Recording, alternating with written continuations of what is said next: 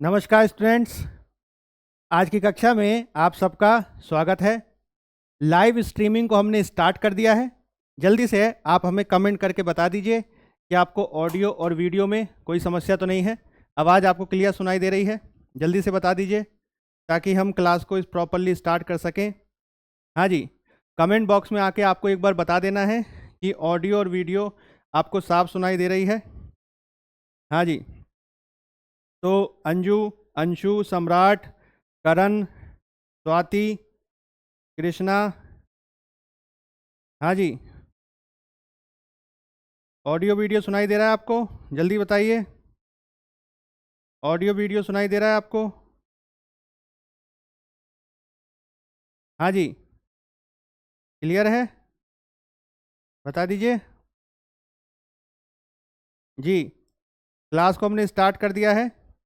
जल्दी से आप हमें बता दीजिए कि आपको ऑडियो और वीडियो में कोई समस्या तो नहीं है।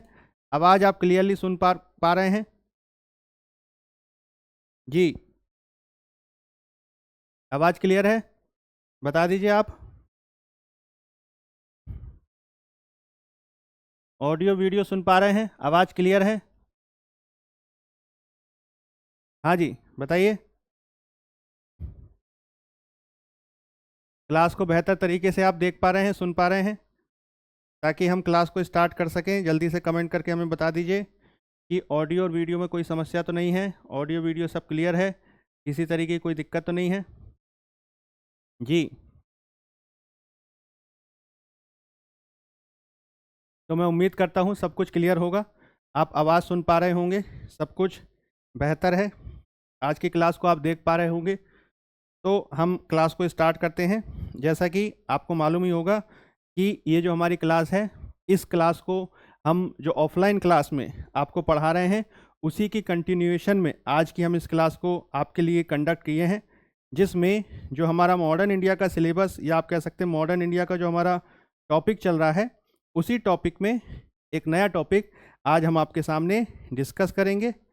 इस टॉपिक को हम आपके सामने लाए हैं ताकि आप बेहतर तरीके से चीज़ों को समझ सकें। हाँ जी, आप जल्दी से मुझे बता दीजिए ताकि मैं क्लास को प्रॉपरली स्टार्ट कर सकूं कि आपको ऑडियो वीडियो में कोई समस्या तो नहीं है, आवाज़ क्लियर है जी? ठीक है, ठीक है। तो ज़्यादातर स्टूडेंट का जो मैसेज आया है उसके हिसाब से मैं समझ सकता हूँ।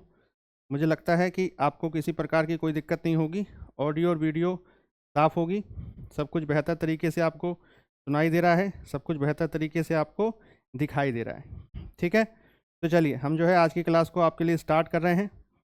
तो जैसा कि मैंने आपको शुरू में बताया, हाँ जी, चलिए। तो इसमें जो है 1 मिनट में ज़रा मैसेज देख लेता हूँ। ठीक है, हाँ जी। तो हाँ जी, क्लियर है? रजनी, सम्राट, श्रेया, शीतू मौर्य, पायल, अंजू, हेमंत, करण, कविता, मोहम्मद आमिर, ठीक है, दीपक, कृष्णा, सब कुछ क्लियर है? आवाज़ ऑल इज़ वेल, सब कुछ बढ़िया है? चलिए, तो हम क्लास को शुरू कर देते हैं। तो जैसा कि मैंने आपको बताया कि ये जो क्लास हम कर रहे हैं, ये मॉडर्न इंडिया के कंटिन्यूएशन में है। अभी हमारे जो ऑफलाइन स्टूडेंट्स हैं, बरेली अभ्युदय योजना वाले, वह सब इस मॉडर्न इंडिया की क्लास को कर रहे हैं। तो इस मॉडर्न इंडिया की क्लास के कंटिन्यूएशन में ही आज हमने इस लाइव क्लास को आपके लिए ऑर्गेनाइज़ किया है ताकि आपकी क्लास कंटिन्यू रहे। हाँ जी, गुड इवनिंग, आप सबको भी गुड इवनिंग। तो अब तक मॉडर्न इंडिया में मैंने आपको क्या क्या पढ़ा दिया है, तो अगर आपको याद होगा तो मैं आपको बता देता हूँ। सबसे पहले जो हमने टॉपिक किया था उसमें हमने यूरोपीय कंपनी आगमन के बारे में बात किया था। यूरोपीय कंपनी आगमन के बारे में बात किया था, ये हमारा हो चुका है। फिर उसके बाद जो है हमने 18वीं शताब्दी की राजनीतिक स्थिति, 18th सेंचुरी पॉलिटिकल सिचुएशन, 18वीं शताब्दी की राजनीतिक स्थिति, इसके बारे में चर्चा किया था कि किस तरीके से भारत में ब्रिटिशों का प्रभुत्व हुआ, किस तरीके से लेटर मुगल्स का जो है डिक्लाइन देखने को मिलता है, और किस तरीके से धीरे धीरे भारत में अंग्रेज अलग अलग क्षेत्रों में अपने आप को एस्टैब्लिश कर ले रहे हैं, किस तरीके से इसमें सारा घटनाक्रम देखने को मिला है ना। ब्रिटिश प्रभुत्व वगैरह के बारे में चर्चा किया था। फिर उसके बाद हमने आपसे बात किया था इसकी अनुक्रिया प्रतिक्रिया के बारे में कि अंग्रेजी शासन को लेकर जो आप कह सकते हैं अंग्रेजी शासन को लेकर जो रेस्पॉन्स और रिएक्शन है वो पॉजिटिव और नेगेटिव देखने को मिलता है। इसमें दो पक्षों के बारे में हमने बात किया था। एक बात किया था आपका सामाजिक धार्मिक सुधार आंदोलन, एक हमने बात किया था सामाजिक धार्मिक सुधार आंदोलन, इस पे बात किया था। फिर उसके बाद हमने बात किया था विविध प्रकार के विद्रोहों के बारे में, जिसमें 1857 का विद्रोह एक महत्वपूर्ण परिघटना है, या आप कह सकते हैं एक महत्वपूर्ण चरण है। ठीक है, इस पे हमने थोड़ा बहुत बात किया था और हमने कोशिश की थी कि हम ज़्यादा से ज़्यादा चीज़ों को इसमें शामिल कर सकें। ठीक है, हाँ जी, ठीक है, तो याद रखिएगा ये अनुक्रिया प्रतिक्रिया के बारे में बात किया। फिर उसके बाद आप याद रखिएगा इसके बाद हमने जो किया उसको भी मैं आपको बता देता हूँ। जैसे कि देखिए, हमने आपको फिर बताया कि हम बेसिकली बात कर रहे हैं, अब इसके बाद जो हम बात कर रहे हैं वो हम बात कर रहे हैं 1858 के बाद के इतिहास पर, 1858 के बाद के इतिहास पर। ठीक है, इसमें मोटे तौर पर इसे राष्ट्रवाद के काल के तौर पर जाना जाता है। ये जो है एरा ऑफ नेशनलिज्म है, और ये जो राष्ट्रवाद का काल है इसको अध्ययन की सुविधा के हिसाब से अलग अलग चरणों में बांट के देखते हैं। जैसे कि इसमें एक जो काल है वो 1858 से 1885 का है, दूसरा जो काल है वो 1885 से 1905 है, फिर 1905 से, ठीक है, फिर 1905 से 1915, 1905 से 1915 और 1915 से 1947। इस तरीके से जो है मैंने आपको डिवीज़न बताया था। और आपको याद होगा कि हम राष्ट्रवाद का विकास किस तरीके से देखे थे, तो मैंने एक चार्ट बना के आपको बताया था। ठीक है, हाँ जी, ठीक है, ऑब्जेक्टिव क्वेश्चन भी कराएंगे। ठीक है, अभी तो पहले इसको समझा दीजिए, समझा देते हैं। ठीक, तो आपको याद होगा कि हमने जो इसमें जो राष्ट्रवाद को समझाने का प्रयास किया था वो कुछ इस तरीके से था, जिसमें हमने राष्ट्रवाद की संकल्पना पर चर्चा की थी यूं करके। फिर इसमें जो है हमने बताया था कि इसका सबसे पहले विचार देखने को मिलता है, फिर जो है इसमें हम इसका प्रसार देखते हैं, फिर भारत में इसका प्रसार होगा और इसमें ब्रिटिश की भूमिका है, what was the role of Britishers in the spread of nationalism in India. और फिर उसके बाद जो है इसमें भारतीयों की प्रतिक्रिया कैसे रही, भारतीयों की प्रतिक्रिया कैसे रही और भारतीयों ने इसे किस तरीके से आगे बढ़ाया। तो पूरा जो आपका डेवलपमेंट देखने को मिलता है वो कुछ इस तरीके से देखने को मिलता है। इसको धीरे धीरे कैसे आगे बढ़ाया जा सकता है, तो मैंने आपको बताया था, आपको याद होगा कि इसमें जो विकास देखने को मिलता है वो कुछ इस तरीके का है कि 1858 से लेकर 1885 के काल में जो डेवलपमेंट देखने को मिला उसे आद्य राष्ट्रवाद का काल कहते हैं। क्या कहते हैं उसे आद्य राष्ट्रवाद का काल कहते हैं, आद्य राष्ट्रवाद का काल कहते हैं। यानी ये शुरुआत में जो है, ठीक है, यानी ये जो है शुरुआत में राष्ट्रवाद बहुत सीमित स्तर पे देखने को मिलता है, बहुत ज़्यादा लोगों तक इसका प्रसार नहीं हुआ। अभी लोग धीरे धीरे जो है इसके बारे में ज्ञान प्राप्त कर रहे हैं या धीरे धीरे इससे परिचित हो रहे हैं। ठीक है, फिर उसके बाद इसका जो सबसे महत्वपूर्ण चरण है वह है कांग्रेस की स्थापना है। इंडियन नेशनल कांग्रेस का जो है इसमें गठन हुआ, कांग्रेस की स्थापना देखने को मिली। और इसमें कांग्रेस की स्थापना का जो पहला चरण है उसे हम उदारवादी काल के रूप में जानते हैं। ये क्या है, उदारवादी चरण है। इस काल के जो लीडर्स हैं वो मॉडरेट्स हैं, वो काफ़ी आप कह सकते हैं उदारता से, काफ़ी प्यार से, काफ़ी आप कह सकते हैं बेहतर तरीके से वह जो है अंग्रेज़ों के समक्ष अपनी डिमांड को रखते हैं। अब इसमें समस्या क्या देखने को मिली, समस्या ये देखने को मिली कि धीरे धीरे जो कांग्रेस की राजनीति के शुरुआती 20 साल हैं, 20 साल तक होते होते कांग्रेस के अंदर ही एक दूसरा वर्ग उभर के आ गया और उसका ये मानना था कि उदारवादी राजनीति जो है, ठीक है, उदारवादी राजनीति जो है वह क्या हो जाएगी, अब बहुत ज़्यादा सफल नहीं है। तो इसका परिणाम ये देखने को मिला कि 1905 से हम कांग्रेस के भीतर ही एक उग्रवाद, ठीक है, कांग्रेस के भीतर ही एक उग्रवाद के चरण को स्थापित होता पाते हैं। यानी अब कांग्रेस के भीतर एक दूसरी प्रकार की लीडरशिप उभर के आई जिनको मिलिटेंट्स कहते हैं या एक्सट्रीमिस्ट कहते हैं। ठीक है, जिसमें बिपिन चंद्र पाल हैं, बाल गंगाधर तिलक हैं, लाला लाजपत राय हैं, अरविंद घोष हैं। और ये जो लीडर्स हैं ये चाहते हैं कि अंग्रेज़ों से अगर हमें स्वराज की प्राप्ति करनी है तो इसके लिए दूसरे तरीकों को अपनाने की ज़रूरत है। और इसका तात्कालिक कारण आपको याद होगा, मैंने आपको बताया था, इसका तात्कालिक कारण है आपका बंगाल का विभाजन। इसका तात्कालिक कारण क्या है? तो 1905 में बंगाल का विभाजन इसका सबसे तात्कालिक कारण बना। और बंगाल विभाजन की प्रतिक्रिया में कौन से आंदोलन को आप देखते हैं, कौन से आंदोलन का उदाहरण देखने को मिलता है? तो उसे बंग भंग आंदोलन, बंग भंग आंदोलन या स्वदेशी और बहिष्कार मूवमेंट कहते हैं। तो हमने आपको बताया था कि स्वदेशी और बहिष्कार मूवमेंट क्या है, बंग भंग आंदोलन क्या है, इसके कारण क्या थे, इसको किस तरीके से देखा जा सकता है, इसमें किस किस क्षेत्र में कैसा कैसा डेवलपमेंट रहा। तो स्वराज को लेकर क्या विकास हुआ, स्वशासन को लेकर क्या विकास हुआ, राष्ट्रीय शिक्षा को लेकर क्या विकास हुआ, ठीक है। इसके अलावा हमने आपको बताया था कि इसमें स्वदेशी को लेकर क्या विकास हुआ, बहिष्कार को लेकर क्या विकास हुआ, कला के क्षेत्र में किस तरीके का विकास देखने को मिलता है। फिर उसके बाद हमने इसमें बात किया था कि ब्रिटिश प्रतिक्रिया कैसे देखने को मिलती है।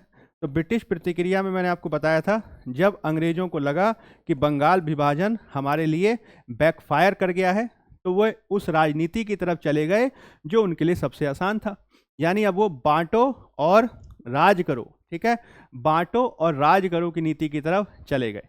इसका उदाहरण क्या है? तो मैंने आपको बताया था कि सबसे पहले तो उन्होंने धर्म के आधार पर बांटने का प्रयास किया, हिंदू और मुसलमानों को। इसके लिए 1906 में मुस्लिम लीग की स्थापना एक महत्वपूर्ण उदाहरण है।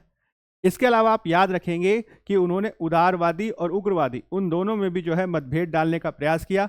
संवैधानिक सुधारों का जो है आप कह सकते हैं उनको एक तरीके से कह सकते हैं उसे लुभाया, उनको एक तरीके से जो उनको चारा डाला, उनको कहा कि संवैधानिक सुधार करने वाले हैं तो आप आंदोलन को ज़्यादा विस्तारित ना कीजिए। इससे हुआ क्या कि आंदोलनकारियों के मध्य, हाँ जी ठीक है, आंदोलनकारियों के मध्य जो है मतभेद हो गया।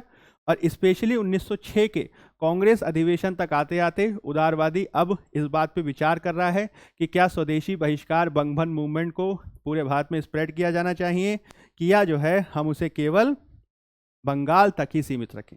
और ये विवाद कहाँ पे देखने को मिला? तो ये अध्यक्ष पद को लेकर मिला। 1905 में गोपाल कृष्ण गोखले बनारस अधिवेशन के अध्यक्ष थे। अगले अध्यक्ष पे जब विवाद हुआ तो दादा भाई नौरोजी को बुला के ले आए, वो इंग्लैंड से। लेकिन जब 1907 में अध्यक्ष पद की दावेदारी हुई तो आंदोलनकारियों ने या आप कह सकते हैं उदारवादियों ने अपनी राजनीति चलाकर अपने व्यक्ति को, रासबिहारी घोष जी को अध्यक्ष बना दिया। उग्रवादियों को ये बात पसंद नहीं आई और इसका परिणाम क्या निकला? इसका परिणाम निकला 1907 का सूरत अधिवेशन में कांग्रेस का विभाजन।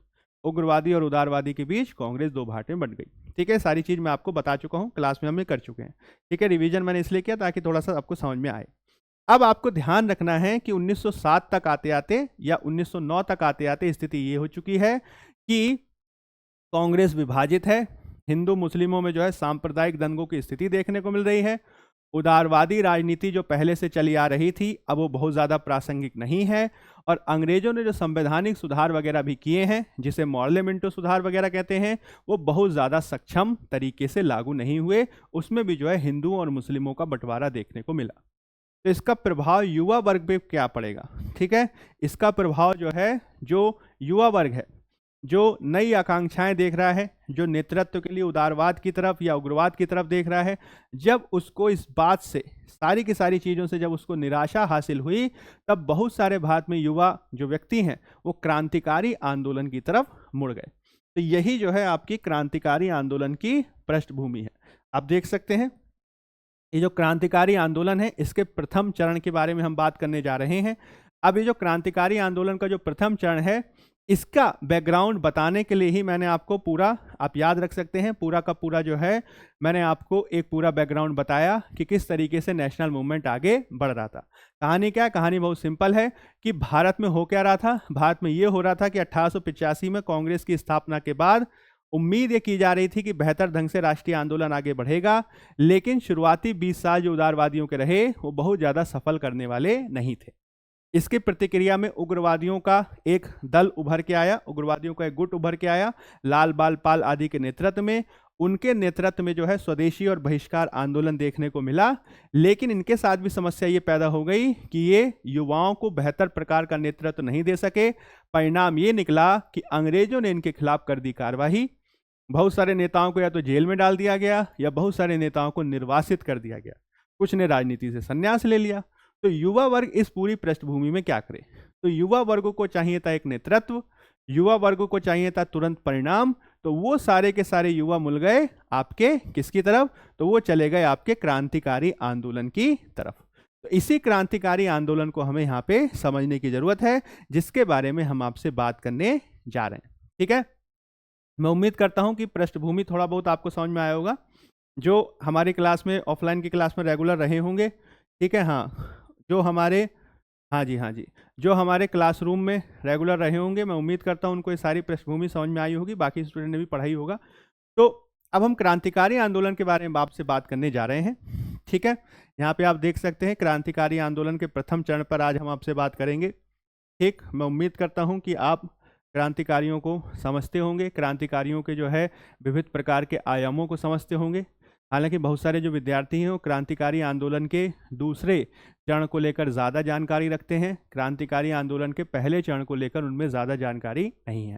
ठीक है, जैसे कि मान लीजिए अगर मैं आपसे पूछूं, ठीक है, हमारे पास अभी 36 स्टूडेंट्स क्लास में मौजूद हैं, तो अगर मैं आपसे पूछूं कि ये जो थंबनेल लगा रखा है, इसमें कौन से क्रांतिकारी की तस्वीर लगी हुई है, तो क्या लगता है आपको कौन से क्रांतिकारी हैं ये?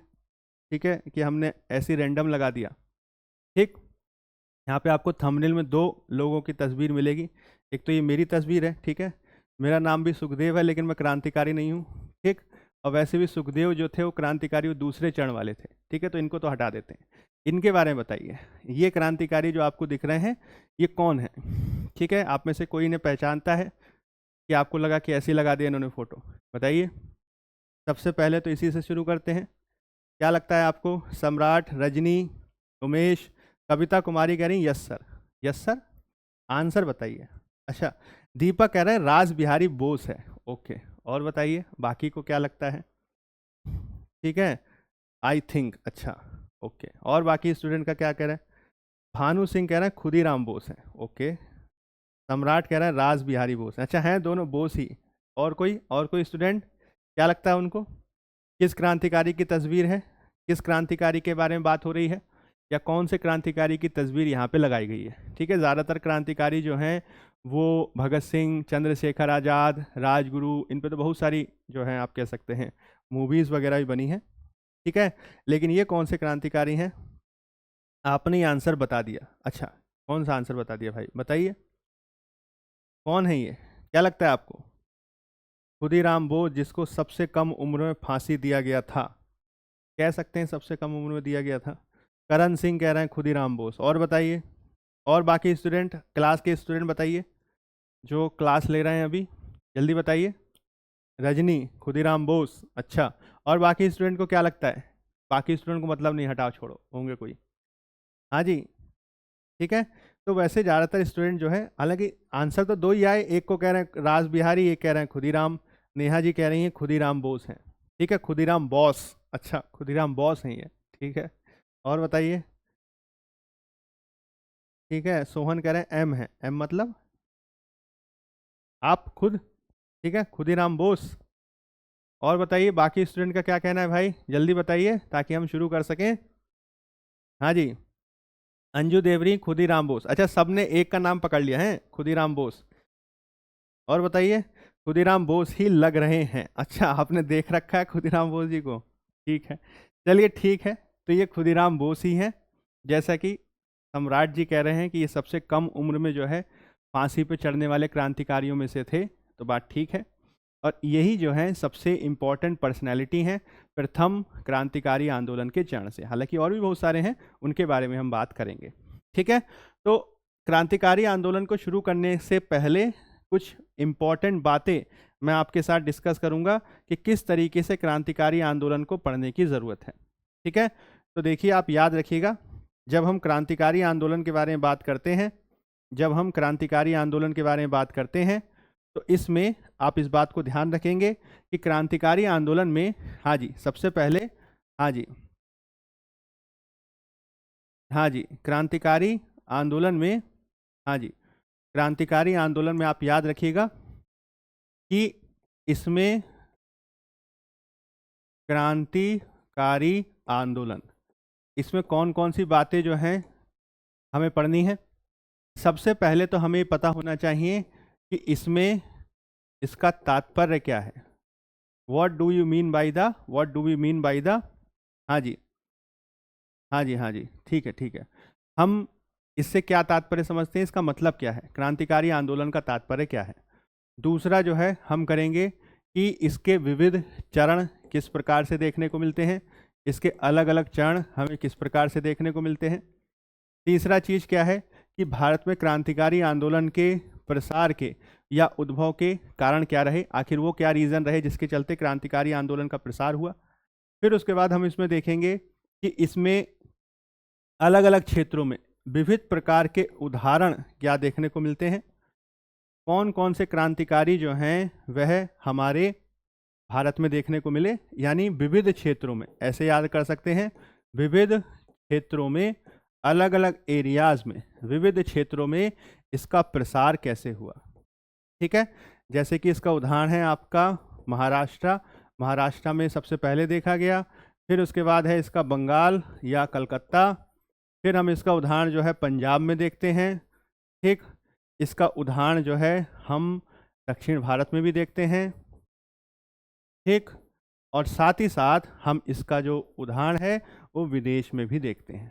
ठीक है, कहाँ पे देखते हैं, विदेश में भी देखते हैं। मतलब पहले चरण में देश के अलग अलग हिस्सों में आप इसका उदाहरण देखेंगे। This is a very important thing, this is a very important concept, you have to remember.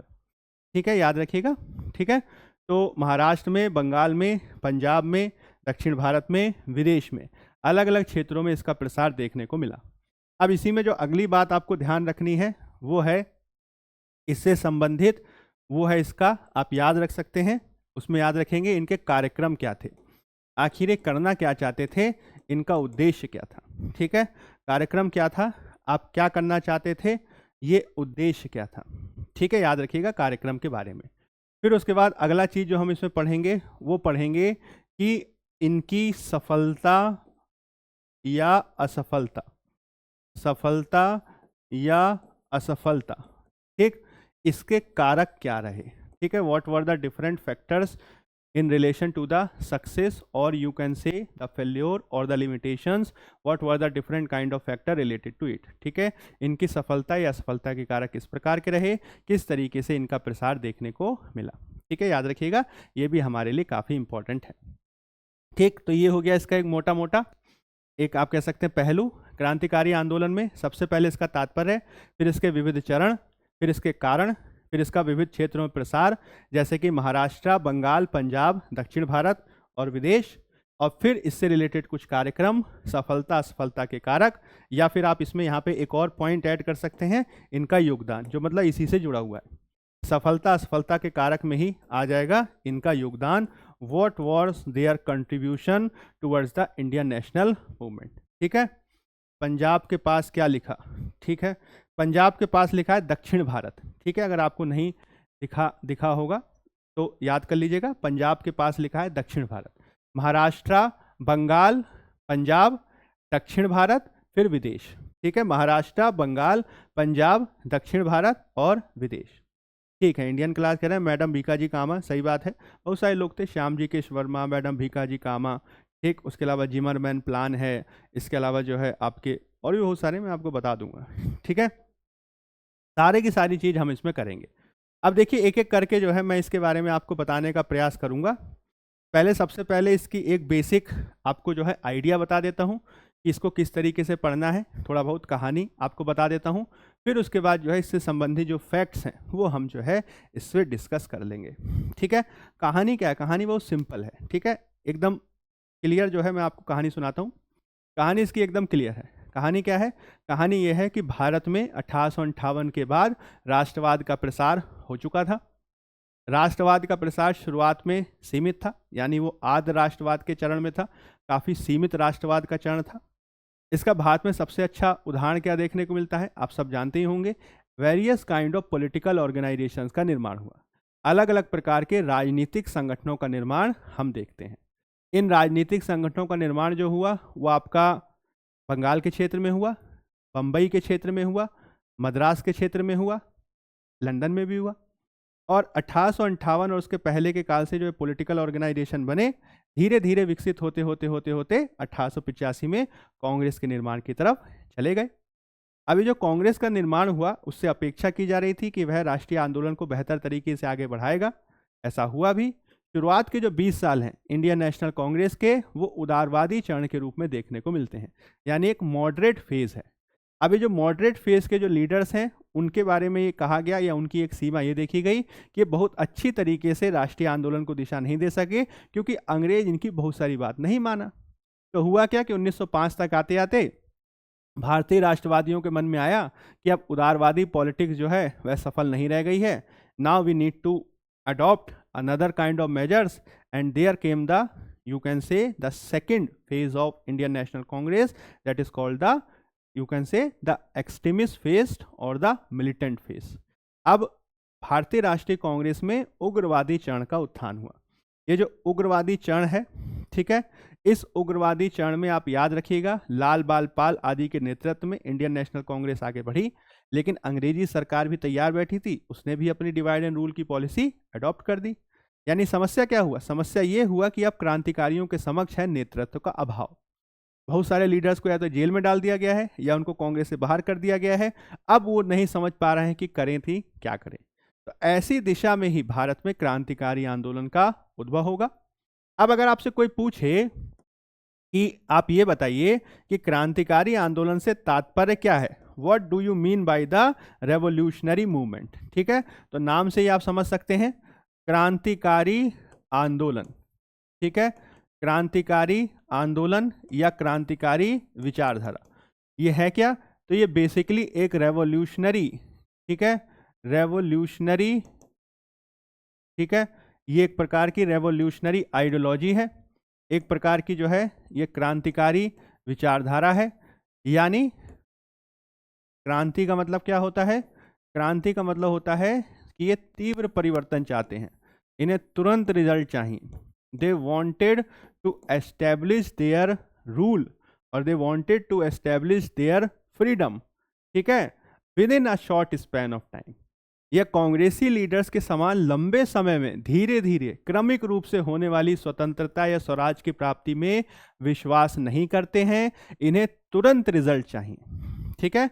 तो क्रांतिकारी भारत में अगर अंग्रेजों को भगाने की इच्छा रखेगा, अगर जो है स्वराज स्थापित करने की इच्छा रखेगा, तो इसके लिए उन्होंने किस तरीके के मेथड अप्रोच किए हैं? तो इन्होंने त्वरित परिवर्तन लाने के लिए उसे कहते हैं बम और पिस्तौल की राजनीति को अडॉप्ट किया, ठीक है, बम और पिस्तौल की राजनीति को इन्होंने अडॉप्ट किया। मैं आपको फिर से बता देता हूं, जब हम भारत में क्रांतिकारी आंदोलन की धारा के बारे में बात करते हैं तो ये एक ऐसी धारा है जो कांग्रेस के मूवमेंट के, इंडियन नेशनल मूवमेंट में इंडियन नेशनल कांग्रेस के मूवमेंट के पैरेलली समानांतर रूप से विकसित हो रही है, जिसका मुख्य उद्देश्य है भारत में तुरंत स्वतंत्रता हासिल करना, या क्रमिक रूप में नहीं, तुरंत स्वतंत्रता हासिल करना, तुरंत परिवर्तन को प्राप्त करना। और इसके लिए उन्होंने जो तरीका अपनाया उसे कहा जा सकता है कि यह एक तरीके से बम और पिस्तौल की राजनीति थी। इसके माध्यम से क्रांतिकारी जो है तुरंत ही परिवर्तन को चाहते थे, ठीक है। तो क्रांतिकारी आंदोलन का तात्पर्य क्या हुआ? क्रांतिकारी आंदोलन के तात्पर्य एक ऐसे आंदोलन की धारा से है जिसमें युवा वर्ग या इसमें शामिल जो भी लोग थे वह भारत से अंग्रेजों का शासन तुरंत खत्म कर देना चाहते थे, और उनका यह आशय था कि हम इस तरीके से भारत में अंग्रेजों का शासन खत्म करेंगे कि उनके मन में या तो हम भय पैदा करेंगे या उनको मजबूर कर देंगे भारत छोड़ने के लिए। और इसके लिए जो उन्होंने तरीका अपनाया उसे बम या पिस्तौल की राजनीति कहते हैं, या फिर जो है इन्होंने अधिकारियों की हत्या करने का, ठीक है, अधिकारियों की हत्या करने का प्लान बनाया। इन्होंने जो है उसे लूट कहते थे, स्वदेशी लूट का मार्ग अपनाया, या फिर आप कह सकते हैं कि इन्होंने विदेशी ताकतों से, ठीक है, विदेशी ताकतों से, विदेशी ताकत से साठगांठ करके, या फिर आप कह सकते हैं सहयोग लेके, विदेशी ताकत से साठगांठ करके या सहयोग लेके सत्ता पलटने की जो है प्लान को बनाया। मैं आपको फिर से बता देता हूं, कि क्रांतिकारी आंदोलन का मतलब क्या है? क्रांतिकारी आंदोलन का मतलब एक ऐसी राजनीतिक धारा से है जिसमें तुरंत एकाएक त्वरित परिवर्तन पर बल दिया गया, अंग्रेजी शासन को समाप्त करने की बात की, और इसके लिए जो उन्होंने तरीका अपनाया वो बम और पिस्तौल की राजनीति थी। इसके तहत उन्होंने जो है अधिकारियों की हत्या या स्वदेशी लूटपाट, डकैती, विदेशी ताकतों के साथ सहयोग के माध्यम से अंग्रेजों की सत्ता पलटने का एक रणनीति बनाया। और इसके उदाहरण जो है हमें देश के अलग अलग हिस्सों में देखने को मिलते हैं, और ये भारत में जो है अलग अलग चरणों में विकसित हुआ है। ठीक है, तो तात्पर्य मैं उम्मीद करता हूं आपको समझ में आया होगा कि क्रांतिकारी आंदोलन का तात्पर्य क्या है। अब दूसरा चीज आपको ध्यान रखना है कि भारत में जो क्रांतिकारी आंदोलन है वह अलग अलग चरणों में विकसित हुआ है। जो रेवोल्यूशनरी मूवमेंट्स हैं they have been classified into various phases, और you can say they are different kind of phases in the revolutionary movement in India. Bharat में क्रांतिकारी आंदोलन के जो चरण है उसको परंपरागत तौर पर, ठीक है, परंपरागत तौर पर दो भाग में डिवाइड किया जाता है। ठीक, और एक अन्य जो वर्गीकरण है, ठीक है, एक अन्य जो वर्गीकरण है उसमें इसको 3 भाग में डिवाइड करके देखा जाता है। तो आप याद रखिएगा, जो पुरानी बुक्स हैं जैसे कि विपिन चंद्र और दूसरी जो पुरानी बुक्स मिलेंगी आपको, उसमें आपको जो है देखने को मिलेगा कि भारत में क्रांतिकारी आंदोलन के 2 चरण हैं। हालांकि हाल के वर्षों में 5, 10, 15 सालों में कुछ नया प्रकार का वर्गीकरण देखने को मिला है, जिसमें कई बुक्स में, कई आप कह सकते हैं स्कॉलरशिप्स में, यहाँ पे आपको 3 तरीके के वर्गीकरण देखने को मिलते हैं। ठीक है, तो 2 से 3 वर्गीकरण है, ये डिपेंड करता है किस प्रकार की बुक आप पढ़ते हैं। जो रीसेंट डिवीजन है उसमें 3 तरीके के वर्गीकरण देखने को मिलते हैं। जैसे कि जो पहला चरण है वो माना जाता है कि 1890 के दशक से लगभग 1917-18 तक चला, यानी प्रथम विश्व युद्ध की समाप्ति तक चला। ये फर्स्ट फेज है जिसके बारे में हम बात करेंगे। 1890 के दशक से 1917-18 तक देखने को मिला। ठीक है, पहला चरण कौन सा है? 1890 के दशक से 1917-18 तक। फिर उसके बाद जो उसका दूसरा वर्गीकरण है वो माना जाता है यह शुरू हुआ था असहयोग आंदोलन की समाप्ति के बाद। असहयोग आंदोलन की वापसी, असहयोग आंदोलन की वापसी जब हो गई 1922 में, ठीक है, उससे जो है ये लगभग 1936-37 तक देखा गया। ठीक है, 1935, 36, 37 तक ये चला। ठीक है, मतलब पहला फेज क्या है? पहला फेज है 1890 के दशक से प्रथम विश्व युद्ध की समाप्ति पर। दूसरा जो चरण है वो भारत में असहयोग आंदोलन की वापसी के बाद से 1935, 1936 तक। और जो तीसरा चरण जो कई अभी बुक्स में मिलने लगा है, पहले की बुक्स में नहीं देखने को मिलता था, वो तीसरा चरण जो है वो द्वितीय विश्व युद्ध के दौरान देखने को मिलता है। ठीक है, सेकेंड वर्ल्ड वॉर के एरा में, द्वितीय विश्व युद्ध के दौरान, सेकेंड वर्ल्ड वॉर के एरा में, द्वितीय विश्व युद्ध के दौरान, यानी 1940 के दशक में। और इसका जो सबसे अच्छा उदाहरण है वो है हमारा आज़ाद हिंद फौज। ठीक है, आज़ाद हिंद फौज। तो कई सारे जो विद्वान हैं, जो आज के स्कॉलरशिप्स हैं, कई सारे जो विद्वान हैं, जो आज के बहुत सारे आप कह सकते हैं बुक्स हैं, रिसेंट जो बुक्स हैं, उसमें सुभाष चंद्र बोस की आज़ाद हिंद फौज को भी क्रांतिकारी आंदोलन के एक चरण के रूप में शामिल किया गया है। ठीक है, हालांकि पुरानी बुक्स में इसके बारे में ज़्यादा जानकारी नहीं मिलती थी, लेकिन हाल के वर्षों में आपने खुद ही पढ़ा होगा कि सुभाष चंद्र बोस और उनकी राजनीति पर बहुत ज़्यादा जो है महत्व दिया जाने लगा है। ठीक है, पहले जो है बहुत ज़्यादा सुभाष चंद्र बोस के ऊपर जो है आप कह सकते हैं बुक्स वगैरह, या फिर आप कह सकते हैं कि मूवीज़ वगैरह, वेब सीरीज़ वगैरह, डॉक्यूमेंट्रीज़ वगैरह, ठीक है, वह मेन स्ट्रीम पॉलिटिक्स में देखने को नहीं मिलती थी। लेकिन पिछले 10 से 15 सालों में सुभाष चंद्र बोस और उनकी राजनीति को लेकर काफ़ी डेवलपमेंट्स हुआ है। इसी वजह से जो रिसेंट बुक्स आपकी पब्लिश हुई हैं, जो रिसेंट स्कॉलरशिप्स हैं, स्पेशली जो बंगाल स्कूल ऑफ हिस्टोग्राफी है, उसमें सुभाष चंद्र बोस और उनकी राजनीति और उनके क्रांतिकारी आंदोलन को खूब हाईलाइट किया जाता है। यही कारण है कि अब क्रांतिकारी आंदोलन के तीसरे चरण में सुभाष चंद्र बोस और उनकी राजनीति पे काफ़ी बल है। ठीक है, तो अगर आप परंपरागत बुक्स पढ़ रहे होंगे तो आपको देखने को मिलेगा कि इसके 2 चरण हैं। लेकिन अगर आप रीसेंट स्कॉलरशिप की तरफ जाएंगे, ठीक है, रीसेंट स्कॉलरशिप की तरफ जाएंगे या न्यू बुक्स की तरफ जाएंगे तो उसमें तीसरे चरण के तौर पे सुभाष चंद्र बोस और आज़ाद हिंद फौज को भी क्रांतिकारी आंदोलन की धारा में ही रखा जाता है। ठीक है, तो होपफुली आपको ये चीज़ समझ में आई होगी कि किस तरीके से भारत में क्रांतिकारी आंदोलन का विकास या चरण देखने को मिला। ठीक, अब देखिए, अगर कोई आपसे पूछे कि इसका कारण क्या रहा, ठीक, इसका कारण क्या रहा कि भाई क्रांतिकारी आंदोलन के कारण क्या है, तो मैंने आपको बताया था क्रांतिकारी आंदोलन के कारण क्या है। तो सबसे बड़ा जो कारण है वो आप याद रखेंगे, वो है युवा वर्ग का असंतोष। सबसे बड़ा कारण क्या है, तो सबसे बड़ा कारण है युवा वर्ग का असंतोष। ठीक है, जब भारत में राष्ट्रवाद का प्रसार, ठीक है, जब भारत में राष्ट्रवाद का प्रसार देखने को मिला, तब युवा वर्ग की उम्मीद कर रहा था कि जल्द ही हम अंग्रेजों के शासन से मुक्त हो जाएंगे और जल्द ही हमारा खुद का शासन स्थापित होगा। लेकिन जो कांग्रेस लीडरशिप है, या आप कह सकते हैं कि जो वयोवृद्ध नेता हैं, या आप कह सकते हैं अनुभवी नेता हैं, वो इस तरीके से नहीं सोचते।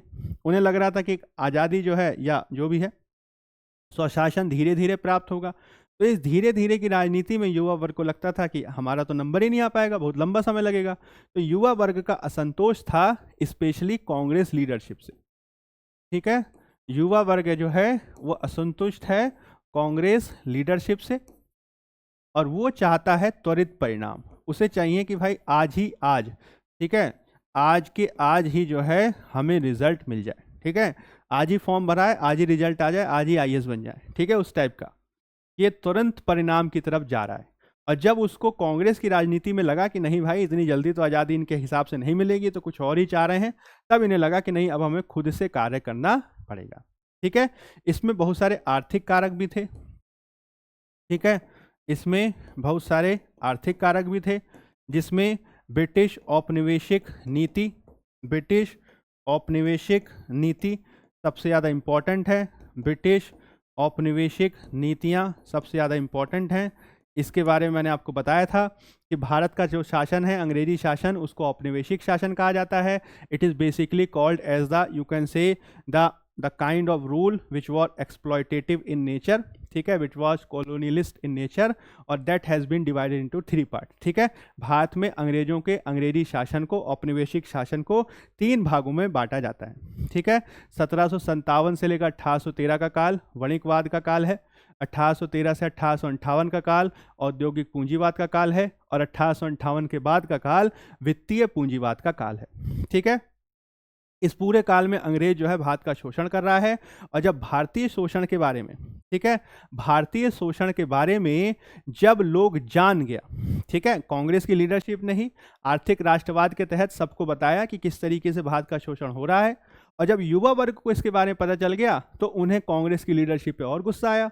उन्हें लगा कि इन्हें तो सब कुछ मालूम है, इसके बावजूद भी जो है ये अंग्रेजों के साथ जाने को तैयार बैठे हैं, ये अंग्रेजों के खिलाफ विद्रोह नहीं कर रहे, ये अंग्रेजों को जो है भगाने की नीति पर काम नहीं कर रहे, तो क्यों इनके साथ रहना चाहिए। इसलिए बहुत सारे लोगों को कांग्रेस की लीडरशिप में भरोसा ही नहीं रह गया।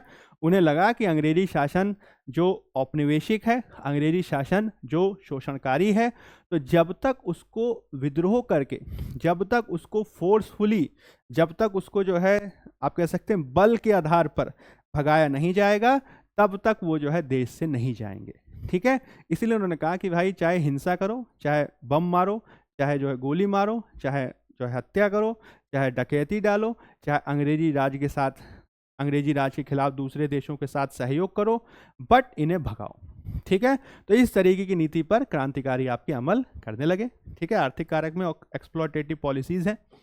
इसमें जो है आप याद रख सकते हैं अंतर्राष्ट्रीय फैक्टर्स के बारे में भी, इसमें कुछ इंटरनेशनल फैक्टर्स भी थे, अंतर्राष्ट्रीय कारक। अब इंटरनेशनल फैक्टर्स क्या हैं, तो 1890 के दशक में और आप कह सकते हैं 20वीं शताब्दी के प्रारंभिक दशक में यह देखने को मिला कि जो अंग्रेजी शासन इस बात का दावा करता था, जो अंग्रेजी शासन इस बात का दावा करता था that we are invincible, we can not be defeated, ठीक है, हम जो है हराए नहीं जा सकते, और हम पे जो है शासन इस तरीके से है कि कोई हम पे शक नहीं कर सकता, वो सारी चीज़ें अब टूटने लगी। जो यूरोपियन आप कह सकते हैं हेजीमनी थी, या आप कह सकते हैं यूरोपियन इनविंसिबिलिटी थी, वो टूटने लगी। कुछ छोटे छोटे देश अब जो है यूरोपियन सत्ताओं को हराने लगे। जैसे कि उदाहरण आपको याद होगा 1896 में, ठीक है, 1896 में, 1896 में, 1896 में क्या हुआ?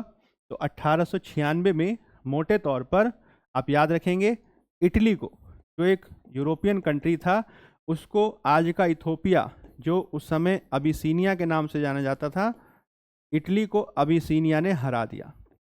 ठीक है, अबिसीनिया एक छोटा सा देश था, ठीक है, इथोपिया एक छोटा सा देश था, वह अफ्रीकन कंट्री था, it was not very developed, ठीक है, it was basically a colony type, यह जो है अधीनस्थ करने के लिए इसके ऊपर इटली ने आक्रमण किया, और आश्चर्य स्वरूप ये देखा गया कि अबिसीनिया ने इटली को हरा दिया। तो लोगों के मन में आया कि अरे, जब अबिसीनिया जैसा छोटा सा देश जो है वह अपनी स्वतंत्रता के लिए एक यूरोपियन कंट्री को हरा सकता है, तो वाई नॉट वी, ठीक है, हम क्यों नहीं हरा सकते? तो बात उठने लगी कि बिल्कुल हराएंगे। ठीक इसी तरीके से 1905 का आप एक उदाहरण याद रख सकते हैं, 1905 का, कि इसमें क्या हुआ कि जापान जैसे एक छोटे से देश ने, जापान जैसे एक छोटे से देश ने रूस को हरा दिया, ठीक है, रशिया को उन्होंने हरा दिया। यानी जापान जो एक छोटा सा देश है, द्वीपीय देश है, एशियन कंट्री है, उसने रशिया जैसे बिग राज्य को, दुनिया का सबसे बड़ा अभी भी क्षेत्रफल के आधार पर वो देश है, तो इतने बड़े देश को उन्होंने हरा दिया।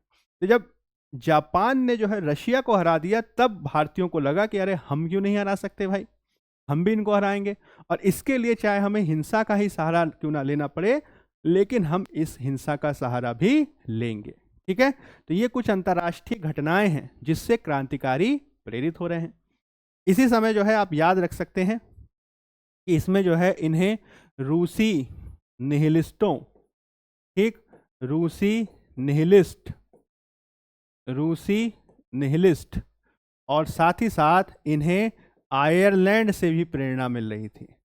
रूसी निहिलिस्ट और आयरलैंड से भी प्रेरणा मिल रही थी। अब ये रूसी निहिलिस्ट कौन है? तो आप याद रखिएगा, रूस में जो था उस समय जार का शासन था, जार मतलब रूसी राजा, और रूसी राजा जो था वो अपनी प्रजा पे बहुत अच्छा व्यवहार नहीं करता था, उसका शोषण करता था। तो बहुत सारे वहाँ के क्रांतिकारियों ने एक विचारधारा दी, उसको निहिलिज्म बोलते हैं, निहिलिज्म, या उसको शून्यवाद की विचारधारा कहते हैं। इस पे इन्होंने कहा कि हमें सब कुछ खत्म करके एकदम जीरो से शुरू करना है, ठीक है, सब कुछ खत्म कर देंगे, एकदम जीरो से शुरू करेंगे, और इसके लिए हिंसा अनिवार्य है। जब तक सब कुछ खत्म नहीं किया जाएगा तब तक नए सिरे से निर्माण नहीं होगा, और नए सिरे से निर्माण करने के लिए सब कुछ खत्म सबसे पहले करना पड़ेगा। तो रूसी निहिलिस्ट जो थे वो कहते थे कि हमें सब कुछ खत्म कर देना है, और सब कुछ खत्म होने के बाद एकदम शुरू से शुरू करना है। We will start from the beginning, we will start from the zero, इसलिए इनको निहिलिज्म बोलते थे। सब कुछ निहिल कर देंगे, सब कुछ खत्म कर देंगे, फिर उसके बाद नया जरी से शुरू करेंगे। तो निहिलिस्टों का मानना था कि अगर हम हिंसा के माध्यम से सब कुछ खत्म कर दें और नए सिरे से सब कुछ शुरू करें, तो हो सकता है कि एक नए समाज का निर्माण होगा जिसमें सब समान होंगे।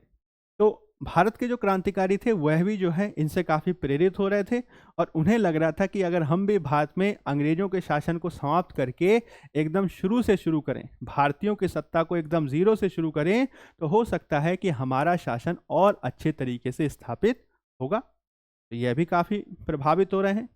इसी तरह के आयरलैंड का आप याद रखेंगे, आयरलैंड पे जो है अंग्रेजों ने कब्जा कर रखा था, और आयरलैंड के जो निवासी थे वह अंग्रेजी कब्जे से मुक्त होना चाहते थे। तो वहाँ पे आयरिश प्रकार के, आप कह सकते हैं आयरिश आर्मी, आयरिश आप कह सकते हैं स्वतंत्रता लीग, इंडिपेंडेंस लीग, इस तरीके का आयरिश मूवमेंट चल रहे थे जो अंग्रेजों से अपने आप को स्वतंत्रता स्थापित करने के लिए तत्पर थे।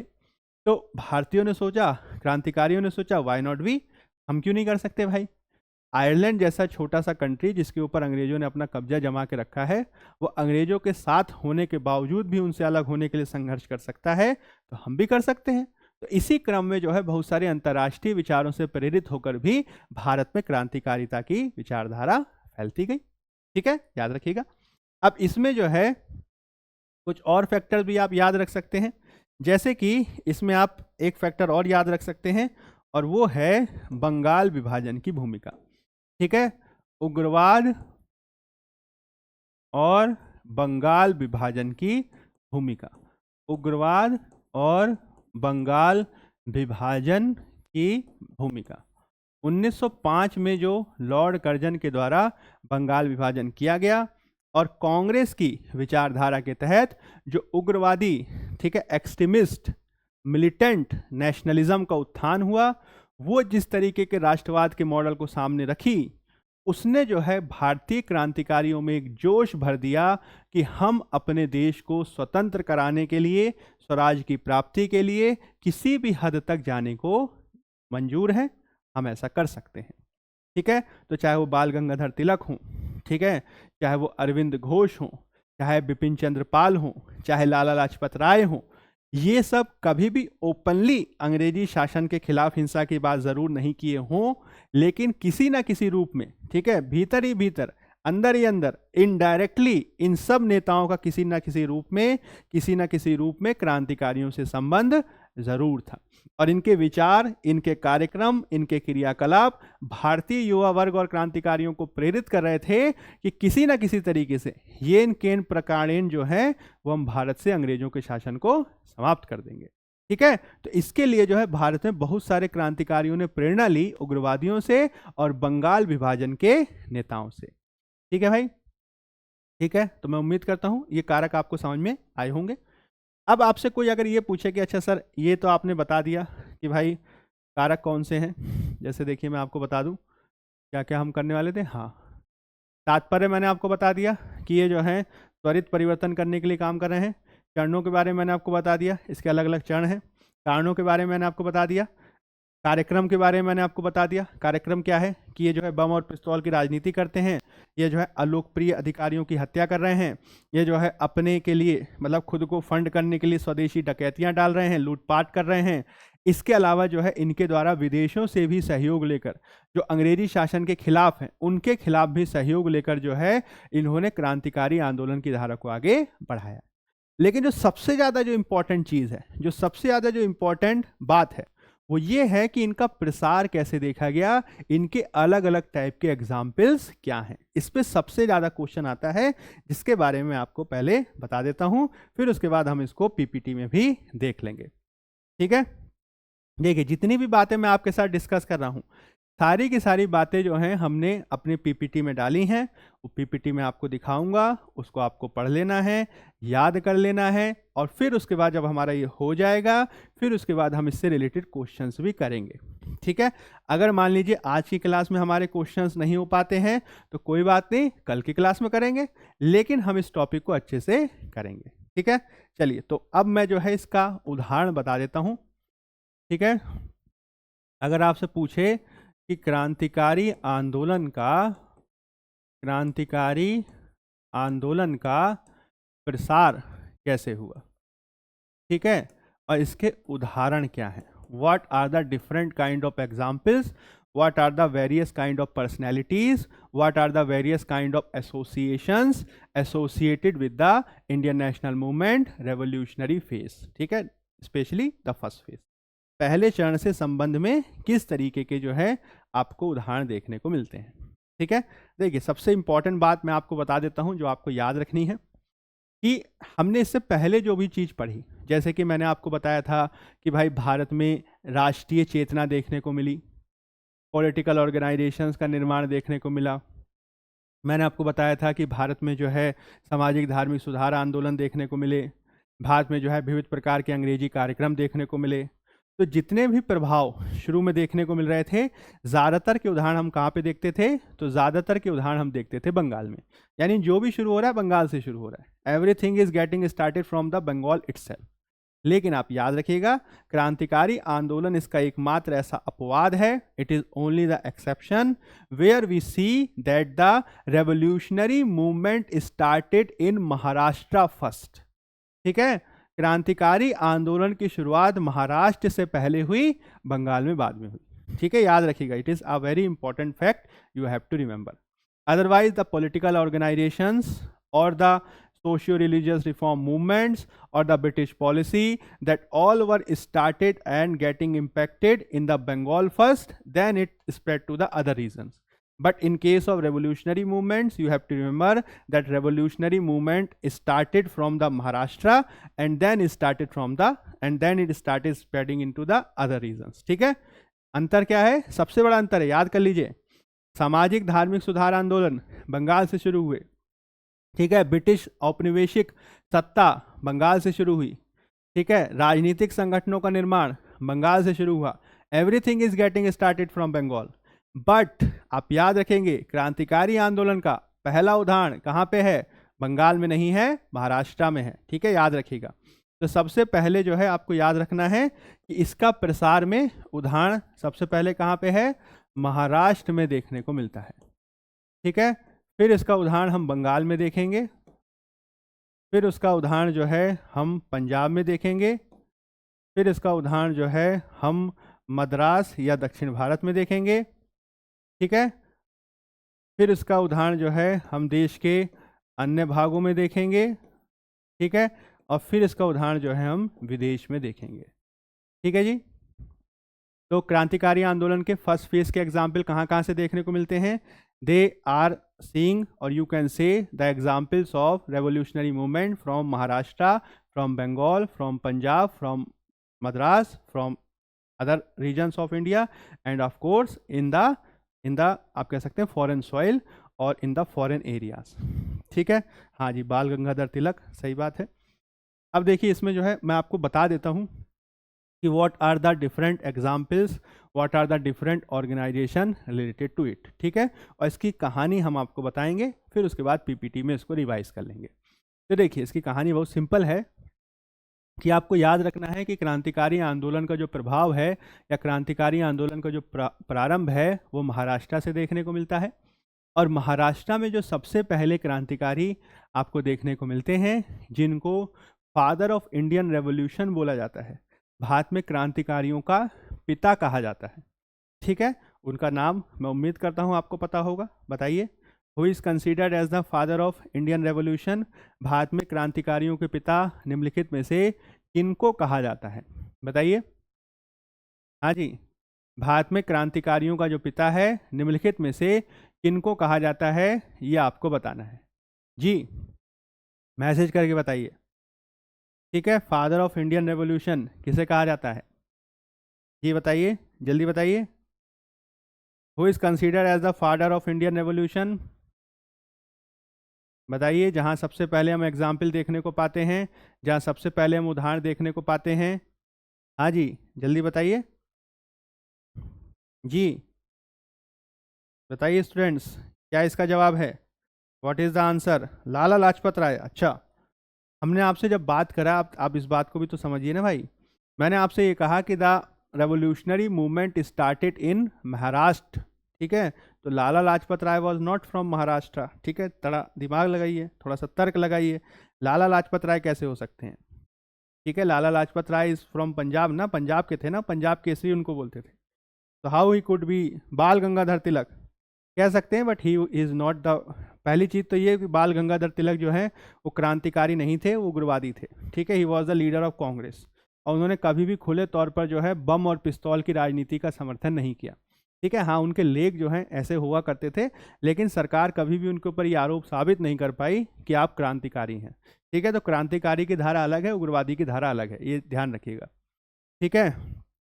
हाँ जी, बिपिन चंद्रपाल, आप समझ ही नहीं रहे इस बात को भाई। बिपिन चंद्रपाल, लाला लाजपत राय, ये सब उग्रवादी हैं, दे आर नॉट रेवोल्यूशनरीज, ठीक है। रेवोल्यूशनरीज बम और पिस्तौल की राजनीति में यकीन करते थे, रेवोल्यूशनरी जो हैं वे अधिकारियों को मारा करते थे, ठीक है। तो बिपिन चंद्रपाल हो गए, बाल गंगाधर तिलक हो गए, ठीक है, दीज ऑल आर एक्सट्रीमिस्ट, ठीक है, कांग्रेस के नेता हैं, उग्रवादी हैं, ये क्रांतिकारी नहीं हैं, ठीक है। क्रांतिकारी जो थे वो हिंसा की राजनीति करते थे। जो बाल गंगाधर तिलक है, विपिन चंद्रपाल है, इन्होंने कभी भी खुले तौर पर हिंसा का समर्थन नहीं किया, अपितु आलोचना की। ये बात जरूर कही गई जाएगी, पीछे पीछे जो है समर्थन करते थे, बट खुले तौर पर कभी भी इन्होंने क्रांतिकारी का समर्थन नहीं किया। क्यों? क्योंकि ऐसा करने पर अंग्रेजी सरकार इनको चार्ज कर देती, जेल में डाल देती, ठीक है। विनायक दामोदर दास, ये कौन है भाई? विनायक दामोदर दास, और कोई बताइए, और कोई बताइए भाई। हाँ जी, तो देखिए मैं आपको बता देता हूँ, कोई बात नहीं, याद रख लीजिएगा। एक जो क्रांतिकारी आंदोलन हम देखते हैं, जो क्रांतिकारी आंदोलन हम देखते हैं, उस क्रांतिकारी आंदोलन की जो शुरुआत है, उस क्रांतिकारी आंदोलन की जो शुरुआत है वो महाराष्ट्र से देखने को मिलती है। ठीक है। और महाराष्ट्र में जो सबसे पहली क्रांतिकारी आंदोलन की घटना कहलाती है, उसके जो लीडर हुआ करते थे उनका नाम था वासुदेव बलवंत फड़के। ठीक है, वासुदेव, उनका नाम था वासुदेव बलवंत फड़के, वासुदेव बलवंत फड़के। ठीक है, क्या नाम था? Vasudev Balwant Phadke. He is considered as the father of Indian revolutionary. Vasudev Balwant Phadke को भारत में भारतीय क्रांतिकारियों का पिता कहा जाता है। इन्होंने 1879 में जो महाराष्ट्र के रामोसी लोग हुआ करते थे, रामोसी, ठीक है, रामोसी जनजाति के जो लोग हुआ करते थे, उन रामोसी जनजाति के लोगों को साथ लेकर, रामोसी जनजाति के लोगों को साथ लेकर रामोसी विद्रोह का नेतृत्व किया था, या फिर आप कह सकते हैं रामोसी कृषक दल का नेतृत्व किया था। ठीक है, रामोसी विद्रोह या रामोसी कृषक दल का नेतृत्व किया था। तो महाराष्ट्र में सबसे पहली जो क्रांतिकारी घटना देखने को मिलती है, भगत सिंह चंद्रशेखर। अरे मंगल पांडे, अरे भाई आप हिस्ट्री थोड़ा सही से पढ़ें कि नहीं पढ़ें भाई? मंगल पांडे जो थे वह 1857 की क्रांति में थे। ठीक है, और ये जो भगत सिंह चंद्रशेखर हैं, ये तो भाई आपके दूसरे फेज के थे, तो इनका नाम कैसे आ सकता है? खैर कोई बात नहीं, इसको याद रखिए। ठीक है, Vasudev Balwant Phadke was the very first example of revolutionary movement in India, जिन्होंने 1879 में रामोसी विद्रोह या रामोसी कृषक दल को साथ लेकर भारत में क्रांतिकारियों का नेतृत्व किया था, और इसी के चलते इनको जो है भारत में क्रांतिकारियों का पिता कहा जाता है। ठीक है, याद कर लीजिएगा। फिर उसके बाद जो इसमें महत्वपूर्ण पर्सनैलिटी हैं वो आप ध्यान रखेंगे, वो ऑफ कोर्स बाल गंगाधर तिलक हैं।